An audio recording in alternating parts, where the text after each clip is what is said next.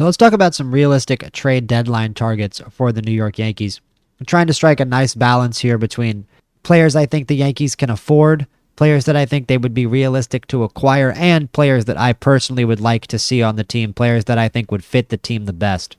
There's going to be 5 players on this list in no particular order, and there's going to be a few honorable mentions at the end, and I'll mention why they didn't make the list of the top 5 when I talk about those players.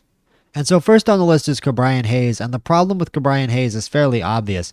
The slash line this year, 241, 288, 297, a 297 slugging percentage. When you look at the spray chart as well, it tells a pretty obvious story. This is a hitter who really has trouble hitting the ball hard and hitting the ball in the air. A lot of singles, a lot of short singles, and the home runs seem to be sort of wall scrapers. So there's a lot to dislike with Ke'Bryan Hayes on the offensive side of the ball. So you're probably wondering why he's on this list. And no, it's not just for the elite glove, and no, it's not just for the fact that his father Charlie played for the Yankees and caught the last out of the 1996 World Series. I think the Yankees are going to see something in Ke'Bryan Hayes. I think they actually will be willing to give up prospects for this player, and I think they're going to have to be willing to put themselves in the firing line if they do that, because giving up prospects for a guy with an OPS plus that low is not going to sit well with a lot of fans if he doesn't hit in Yankee Stadium. I think the Yankees think that they can get Ke'Bryan Hayes in the hitting lab and rescue him. He still has a 56th percentile exit velocity, a 63rd percentile hard hit rate. He squares up 87% of pitches, and he's 53rd chase rate and 68% whiff rate, which isn't bad. It's obviously still a far from desirable set of metrics here, but the Yankees just have to improve this dude's barrel rate. Get him in the hitting lab, get him a torpedo bat, and focus on hitting the ball on the barrel. And if you can fix his offense or even come close to it with this glove, he will be a very valuable player, because I'm sorry that I haven't said this yet, but this is the reason why I really think this is a realistic move.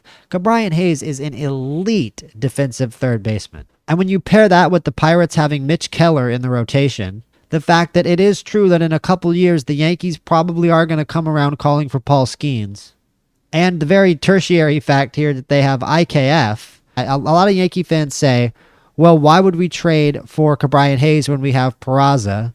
He's younger, he's also a righty, he also doesn't have much power, and he's also got good defense. But I would describe Peraza's playing time as shop window playing time. Cashman and Boone don't give him serious playing time, because I think Cashman sees Peraza as a young asset that he can flip for something, similar to how he treated Thairo Estrada a few years ago. And I think he could have very similar results here if he does trade Peraza.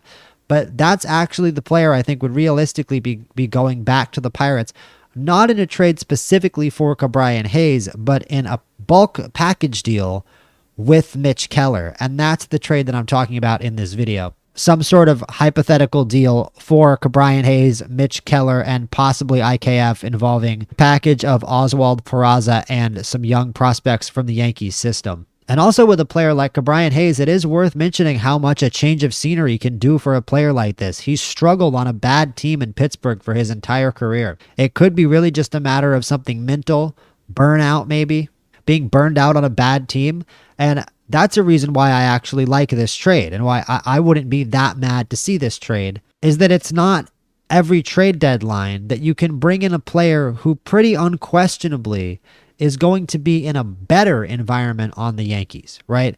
There seems to be a question so often when the Yankees acquire a player of, is he going to be able to handle New York? Is he going to be able to handle the Bronx? I think Ke'Bryan Hayes would be very happy to be Yankee. I think he would be very happy to be here and to finally be out of Pittsburgh and to finally be in an organization that actually has a realistic future, because the Pirates, it's really just a bleak operation at this point when it comes to that team clinging on to any of their special talent long term.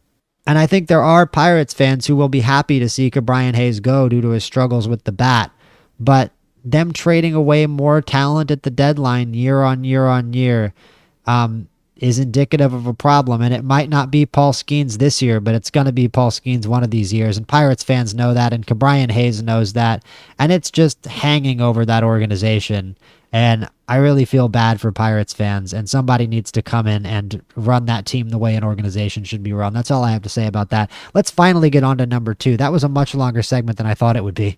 And next up on the list is Yoan Moncada, and this one is conditional on the Angels actually wanting to sell. But this is the third base option for the people who are far more concerned about the bat. Moncada is an average defender. He'd unquestionably be a downgrade from Peraza.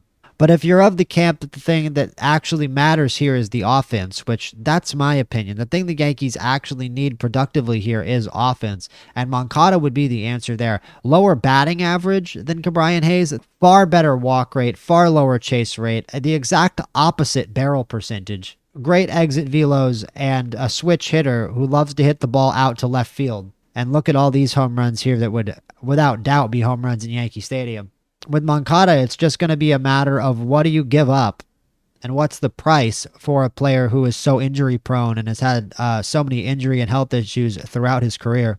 You obviously risk bringing a guy in and then just losing him and having the same problem that you had before.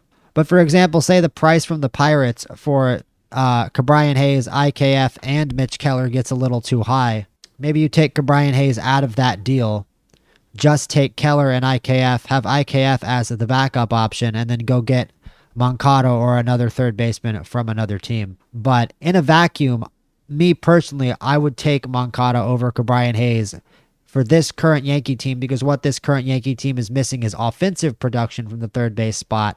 And while Cabrian Hayes would be a decent third baseman with upside for this year and a good third baseman potentially next year, if he works hard on his offense in the offseason, you know you're getting offense from Moncada now. And the first pitcher we're going to be talking about is Luis Severino of the Sacramento Athletics, bringing him back, old Sevy.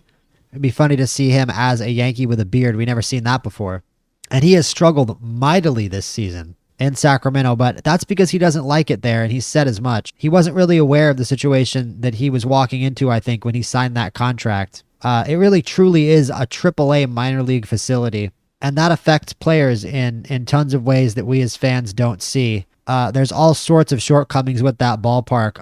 I'd argue shortcomings that for players probably actually make it a slightly worse place to play than the Oakland Coliseum even was. The clubhouse is way down the left field line. I'm not even sure where the bullpens are. That little shack they have in the outfield that they do press conferences in is just absolutely diabolical.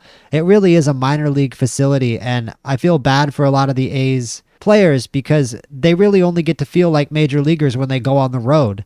And, Severino is a guy who's been in the major leagues for a long time. Has made a lot of money playing in the major leagues and has played for the Yankees and the Mets, and he definitely expects to be treated a certain way and expects a certain standard for a lot of the off-the-field things that come with being a player, and those things aren't being met in Sacramento by any means. The Foul Territory podcast was talking about this exact story with Sevy and his dissatisfaction with Sacramento, and Eric Kratz brought up that the Marlins team plane during the 2010s wouldn't have air conditioning on it. And I think that speaks to just how bare bones some organizations in Major League Baseball actually are, and how profit-focused some organizations in Major League Baseball are, especially the cash-strapped ones and the cash-struggling ones, like the Oakland Athletics and like the Miami Marlins. The Miami Marlins are in debt. I believe the Oakland Athletics are also in debt, and they need this Las Vegas stadium to get made and this move to Las Vegas to happen in order to get out of debt. So this is a player in Luis Severino who is desperate to get out of Sacramento, and because of that, the price for him should be relatively low, especially considered that the Yankees would probably be paying him his full contract, which isn't even that bad. And unless there are personal issues that exist between Severino and the Yankees that trump these personal issues, which I very much doubt, it could be pretty simple for the Yankees to get him back. And I think he's a player who would be very glad to be back, and another guy like Brian Hayes who would be very happy to be off of a losing team and very happy to be back surrounded by essentially a major league standard of professional living. And I think it could do wonders for him. It could turn his season around. And to be honest, it's pretty low risk. Even though he's had a bad year, the Yankees should be very willing to eat a contract of that size, especially when it comes to potentially lengthening the rotation and adding a starter who can contribute in the playoffs potentially. And the next pitcher we talked about before in relation to the Pirates, I think Severino has a slightly better arm, a slightly more explosive arm than Mitch Keller. But the Yankees definitely wouldn't mind throwing in Mitch Keller into any Pirates deal or even potentially making him the main piece of a deal. You can see he induces a lot of ground balls. He doesn't walk many guys. Again, he doesn't have the craziest arm, but he's got a fastball that tops out at 94 that he uses very intelligently. And an absolute ton of secondary pitches. He really is a true starter. And he's been one of the more consistent performers in what's been an inconsistent and lackluster Pirates rotation for many, many years. You're not getting even a number 2 starter when you trade for Mitch Keller. You're not trading for a guy who you would expect to go out there and give you 8 innings in a big playoff game. But, 5 innings in a game 3, no question about it. Mitch Keller is a guy who's very capable of giving you that. And another guy I think would be I definitely see in both Hayes and Keller guys whose competitive drives are being a little stunted by that environment. I think they're guys who thrive off of competition and off of playing in a higher level of competition. And I think the Yankees are going to see in a Mitch Keller and Brian Hayes package the potential to turn a couple of careers around and swing maybe a little high-risk, medium-reward kind of trade. It might blow up in their face, but I kind of doubt the Pirates would ask for too much back, at least not more than Yankee fans would be willing to give up. But let's be honest here, making this Yankees team actually better than the Dodgers or the Mets is honestly probably an impossible task at this point. As I said in my last video, my Juan Soto video that did so well, this Yankees team has lost something that it can't replace, and none of the guys that I'm going to say in this video are going to be that Juan Soto replacement this team needs to actually become a championship contender. Can they do themselves some potential favors in the playoffs?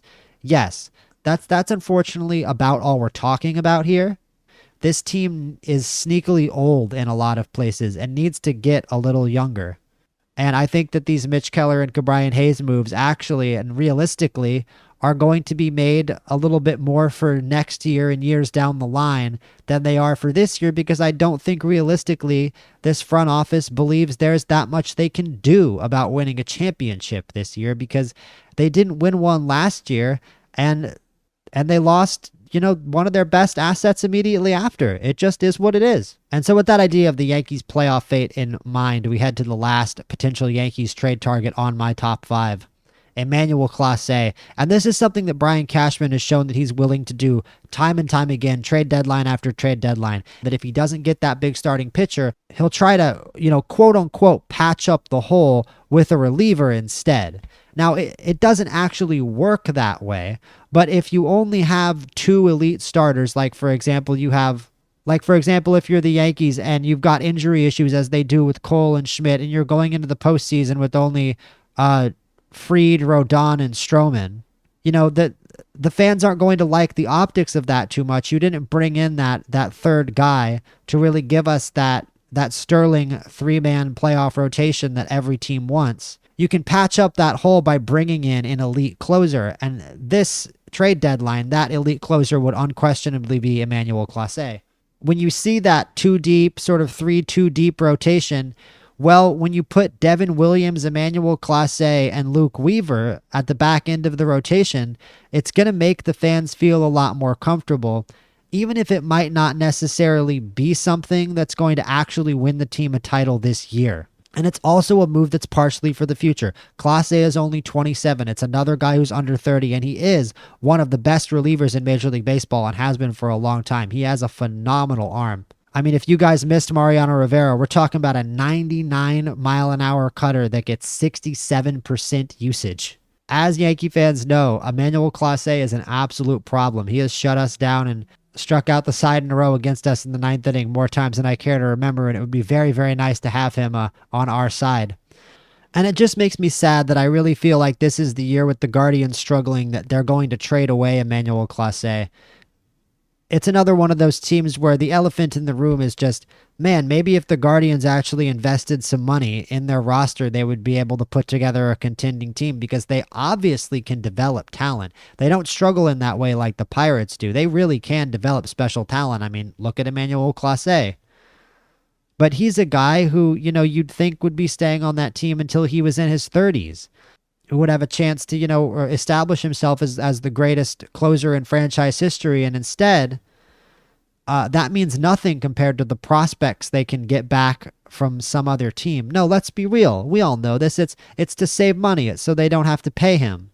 Because you better believe that all the big contenders are going to be coming in for Emmanuel Clase the second that they need bullpen help. And that's really the only drawback here, is that the Yankees could get outbid for Clase. And I think whether or not Emmanuel Clase ends up as a Yankee by August 1st depends on the order of how other trades go down at the trade deadline and which starting pitcher the Yankees either end up with or don't. And I do believe in that way. If the Yankees end up with Clase, it would probably be an overpay and would probably be a little closer to the deadline. I have a lot higher faith in the Mitch Keller trade happening. I have a lot higher faith in a third base trade happening.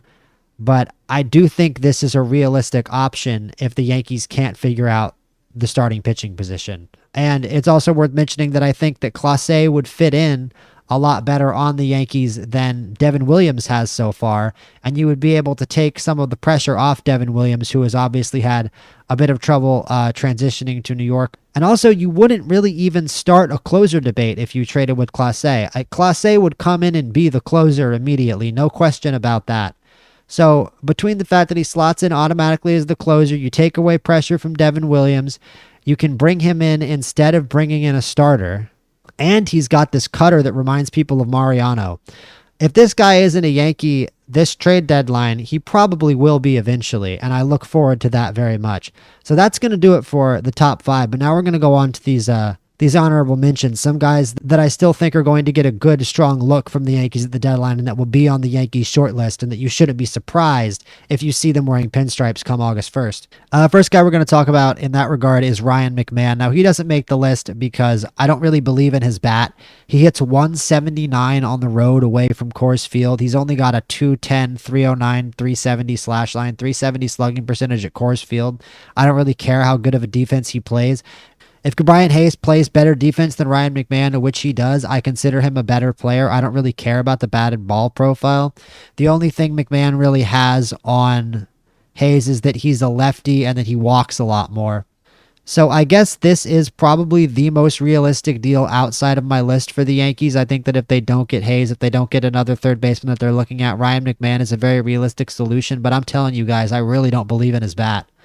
It is funny. Look, he's a lefty, and most of the home runs go the opposite way. He doesn't even pull home runs. So, there's no porch jobs here. I see no evidence that he's going to be able to use that short porch, even as a lefty. And again, a 179 road batting average for a guy that plays at Coors Field. So, I'm going to pass on Ryan McMahon, even if the Yankees have had an eye on him since his amateur days.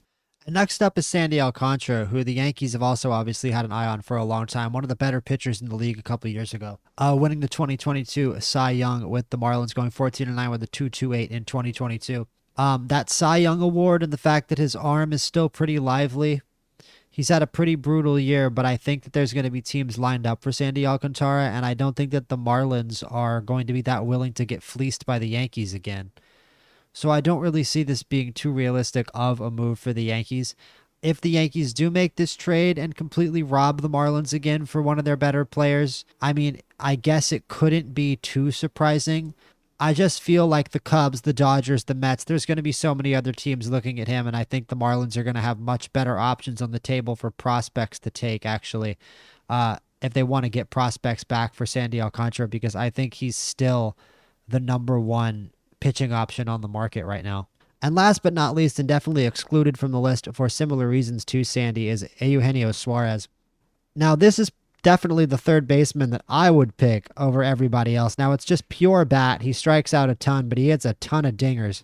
And I think that every Yankee fan out there would probably pick Eugenio Suarez over every other third base option that's out there available at the deadline right now.